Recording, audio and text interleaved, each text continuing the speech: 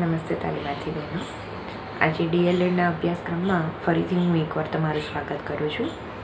જેમ આપણે વાત કરી હતી, હું રીના જયસ્વાલ સર્વશ્રી અધ્યાપન મંદિરમાં ડીએલએડના અભ્યાસક્રમમાં ફર્સ્ટ યરમાં કોર્સ 4B તમને ભણાવીશ થ્રુ આઉટ યર. અને આ કોર્સનું નામ છે 4B English language, proficiency in English, જેનું પહેલું ચેપ્ટર છે. અને એ પહેલાં ચેપ્ટરનું નામ છે English language and its scope. Unit 1 English language પહેલું ચેપ્ટર છે એ ઇન્ટ્રોડક્ટરી પાર્ટ તરફથી છે, એટલે કે English language in and its scope. Scope જ્યારે શબ્દ વાપરીએ છીએ ને, ત્યારે આ શબ્દને સમજવો બહુ જરૂરી છે. અંગ્રેજી ભાષા તો ખરી, પરંતુ આ ભાષા દ્વારા આપણને ભવિષ્યની અંદર કયા કયા સ્કોપ, કઈ કઈ ઓપોર્ચ્યુનિટી, કઈ કઈ તકો મળશે, જેથી આપણે વિકાસની રેખાને આંબી શકીશું. જ્યારે ભાષાની વાત કરીએ, ચલો અંગ્રેજીને આપણે હમણાં ફોર અ મુમેન્ટ અસાઇડ કરીએ છીએ, ત્યારે આપણે લેંગ્વેજની અંદર એક બીજો શબ્દ મહત્ત્વનો છે, એ છે પ્રત્યાયન. શૈક્ષણિક ભાષામાં એને પ્રત્યાયન કહેવામાં આવે છે, પરંતુ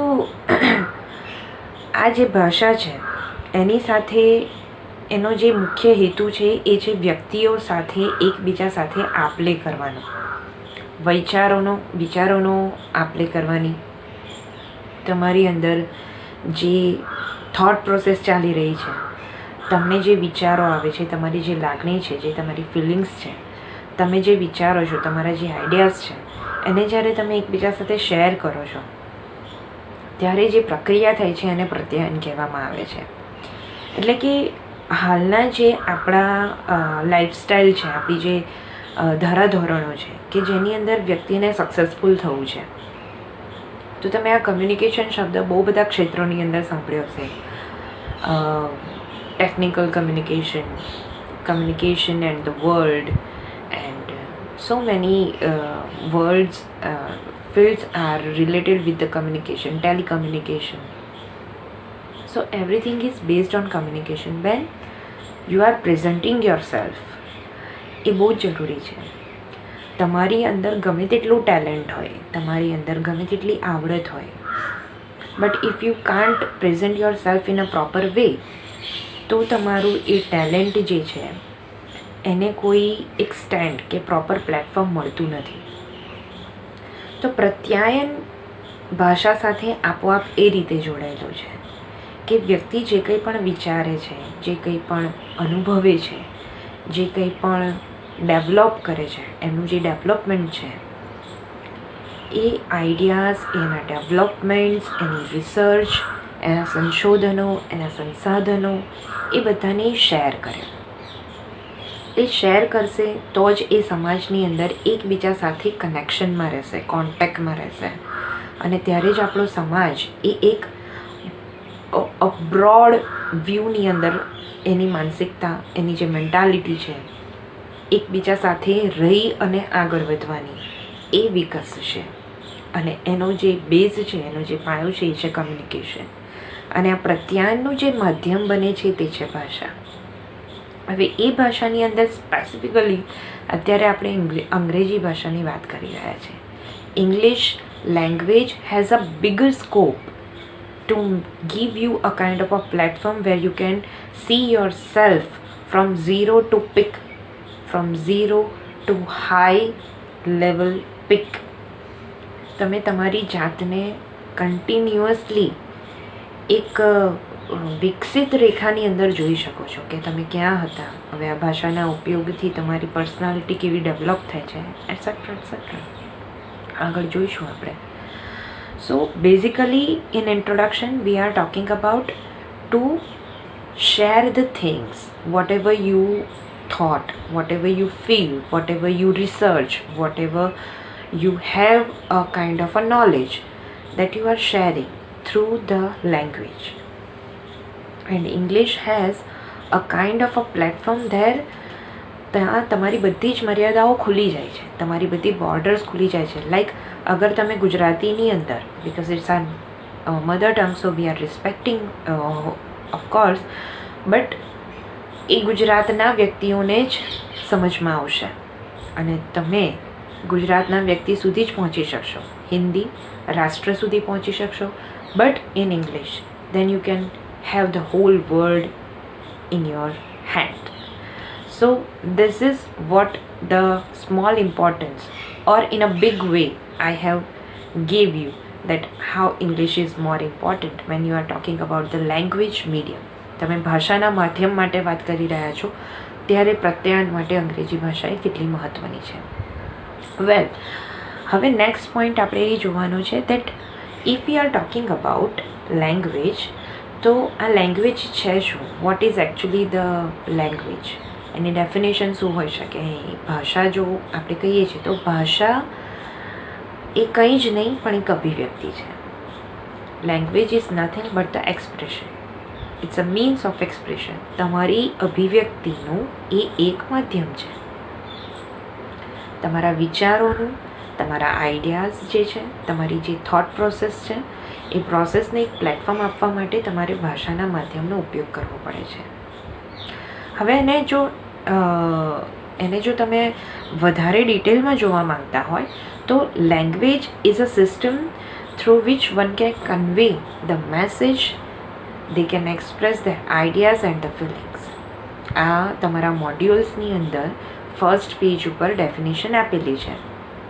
અને જ્યારે પણ એવો પ્રશ્ન પૂછાય, 1 માર્ક્સની અંદર પ્રશ્ન પૂછાઈ શકે છે અને 3 માર્ક્સની અંદર પણ પ્રશ્ન એવું પૂછાય કે ભાષા એ શું છે અને અંગ્રેજી ભાષાના સંકલ્પના સમજાવો, એટલે કે કોન્સેપ્ટ ક્લેરિટી માટેનો ક્વેશ્ચન પૂછાઈ શકે.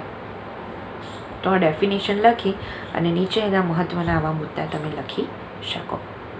સો one definition that it is a kind of a system through which one can convey their message and express their feelings and thoughts. Okay, and the other definition also given by the International Dictionary, and એ છે that it is a kind of a system where communication consists of small parts of set of rules to decide in which way you want to convey your message, and you have to select a kind of a particular things and the parts of the words there. So to produce a kind of a message with the meaning, you have to select a kind of a sets of rules.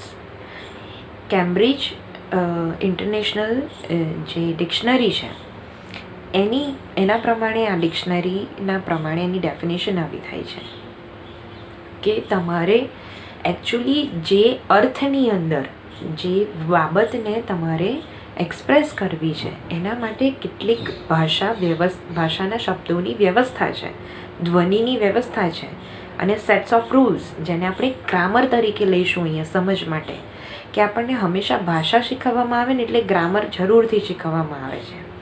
તો વ્યાકરણના એવા sets of rules, એ નિયમો અનુસાર આપણે એ ભાષાના કેટલાક નાના નાના સમૂહોને ઉપયોગ કરીને આપણે જે કાળની અંદર કે જે ઘટનાને કે જે બાબતને આપણા જ્ઞાનને એક્સપ્રેસ કરવું છે એ વસ્તુને આપણે શું કરીએ છીએ, આના પ્રમાણે એનો ઉપયોગ કરીએ છીએ. આ વ્યવસ્થામાં રહી અને ભાષાનો ઉપયોગ કરીએ છીએ જેથી સામેવાળાને આપણે જે ઈચ્છીએ છીએ એ મેસેજ કન્વે કરી શકીએ, પાસ ઓન કરી શકીએ અને એ સમજી શકે. પરંતુ આ ભાષાનો એ જે ઉદ્દેશ્ય છે એ પણ આપણે એટલો જ સમજવો જરૂર છે કે આ ભાષાનું નિર્માણ શા માટે થયું. કારણ કે ભાષા વૈજ્ઞાનિકો જે છે, લેંગ્વેજ એક્સપર્ટ્સ જેને કહીએ, એમના પ્રમાણે એ એક a kind of a system of some noise, some individual noise, એટલે એ ધ્વનિઓની એક વ્યવસ્થા છે.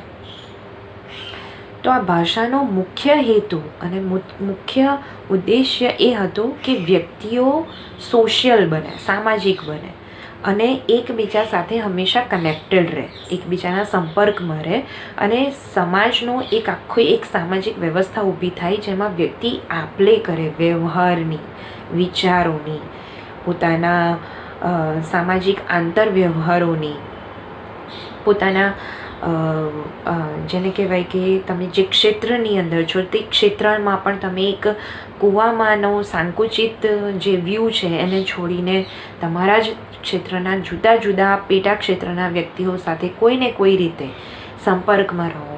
તો એ સંપર્કમાં રહેવા માટે વિચારોની આપ-લે થવી જરૂરી છે, વાતચીત થવી જરૂરી છે, શાબ્દિક વ્યવહાર થવા જરૂરી છે. તો આ વ્યવહારોનું માધ્યમ બને છે ભાષા. તો ભાષાનો મુખ્ય ઉદ્દેશ્ય આ હતો. અને હવે જ્યારે એ ભાષા સાથે આપણે અંગ્રેજી વિષયને જોડીએ છીએ તો અંગ્રેજી વિષય માટે આપણા પર્ટિક્યુલર ભારત દેશની અંદર સ્વતંત્રતાના સમય અને એ પહેલાં અને પછીના રિસન્ટ ટાઈમની અંદર બહુ નેગેટિવિટી હતી, પ્રેજ્યુડાઇસીસ હતા. કેવા prejudices? That it is a kind of a western language, પરદેશી ભાષા છે, એને શીખવાની આપણે ક્યાંય જરૂર રહેતી નથી. કારણ કે આપણો ભારત દેશ એ મલ્ટીલિંગ્યુઅલ સોસાયટી ધરાવે છે, મલ્ટીલિંગ્યુઅલ કન્ટ્રી છે કે જેમાં જુદા જુદા રાજ્યો છે, રાજ્ય ભાષાઓ છે અને રાજ્યની અંદર પણ પ્રાદેશિક ભાષાઓ છે, જિલ્લાઓ અનુસાર, વિસ્તાર અનુસાર. તો કોઈ પણ વ્યક્તિ ભારતનો તમે લઈ લો તો એને ઓછામાં ઓછી 3 થી 4 લેંગ્વેજ આવડતી જ હશે, જેમાં અંગ્રેજી કદાચ જ સ્થાન પામતું હશે. તો અંગ્રેજી ભાષા જે છે, ઇંગ્લિશ લેંગ્વેજને શીખવાની કોઈને નેસેસિટી જ ના લાગી, કોઈને એ જરૂરિયાત જ ના જણાય. પરંતુ અત્યારના સમયની અંદર તમે જુઓ કે છેલ્લા 10 વર્ષની અંદર અંગ્રેજી ભાષાનું જે મહત્ત્વ, જે સ્પીડથી ઉપર જઈ રહ્યું છે, જે ફ્રિકવન્સીથી ઉપર જઈ રહ્યું છે, કે તમે જુઓ તો અંગ્રેજી ભાષાએ પોતાનું એક સ્થાન આગવું ઊભું કરી દીધું છે. એનું ઇમ્પોર્ટન્સ આપોઆપ વધી રહ્યું છે કારણ કે લોકોએ તેને એક્સેપ્ટ કરવાનું શરૂ કરી દીધું. એને આપણા રોજિંદા વ્યવહારમાં સ્થાન પામી લીધું. તમારી બેંક ફોર્માલિટીઝ હોય, તમારા ટેલિફોન્સના બિલ્સ હોય, તમારી ગેસ બિલ્સ હોય, ઓનલાઈન ટેકનોલોજી, કમ્પ્યુટર શીખવું છે, અંગ્રેજી ભાષા, સ્માર્ટફોન વાપરવો છે, અંગ્રેજી ભાષા, એપ્સ ડાઉનલોડ કરવી છે, એની કન્ડિશન સમજવી છે, અંગ્રેજી ભાષા.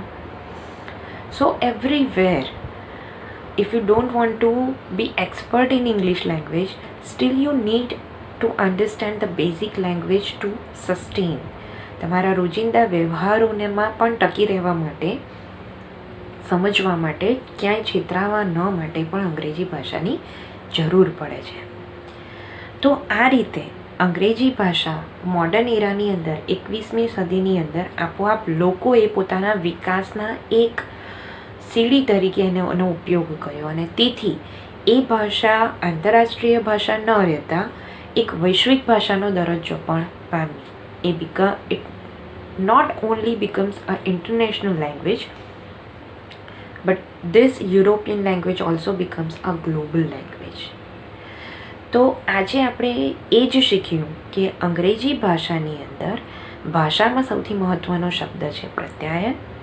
પ્રત્યાયન શબ્દ એ વ્યક્તિઓના વ્યવહારની આપ-લે માટે છે અને જ્યારે આ આપ-લેને, આ ભાષાને આપણે અંગ્રેજી સાથે જોડીએ છીએ તો અંગ્રેજી વિષયની અંદર વ્યક્તિ માટે આ ભાષા કેટલી જરૂરી છે. તો આજના લેક્ચરમાં આપણે આટલું જ શીખીશું. પ્રશ્ન મેં તમને કહ્યા એ પ્રમાણે પ્રશ્ન પણ તમારે જોઈ લેવાના, આના પછી એની ઇમેજ આવશે જ. સાથે સાથે એ પણ ધ્યાન રાખવાનું કે જ્યારે પણ તમે લખવા વાંચવા માટે બેસો ત્યારે તમારી પાસે આ મોડ્યુલ હોવું જોઈએ. જો તમે ઝેરોક્સ ન કઢાવી હોય તો ઝેરોક્સ કઢાવી લેશો, અધરવાઇઝ એની જે સોફ્ટ કોપી છે એની અંદરથી તમે કેટલાક પોઈન્ટ્સ નોટ ડાઉન કરો અને પેન અને ચોપડો અવશ્ય તમારે જોડે લઈને બેસવાનો અને નોંધ કરતા રહેવાનું, જેથી આ વિડીયો સાંભળીને પછી જ્યારે તમે ફરીથી એનું અધ્યયન કરો ત્યારે તમને એક્ઝેક્ટલી ખ્યાલ આવી જાય કે આપણે કયા ટૉપિકની અને કયા યુનિટની અંદર શેની ચર્ચા કરી. ઓકે, તો ત્યાં સુધી આપણે નેક્સ્ટ લેક્ચર સુધી આપણે વિરામ લઈશું અને ગ્લોબલ લેંગ્વેજ અને ઇન્ટરનેશનલ લેંગ્વેજનું ઇમ્પોર્ટન્સ નેક્સ્ટ લેક્ચરમાં સમજીશું. નમસ્કાર.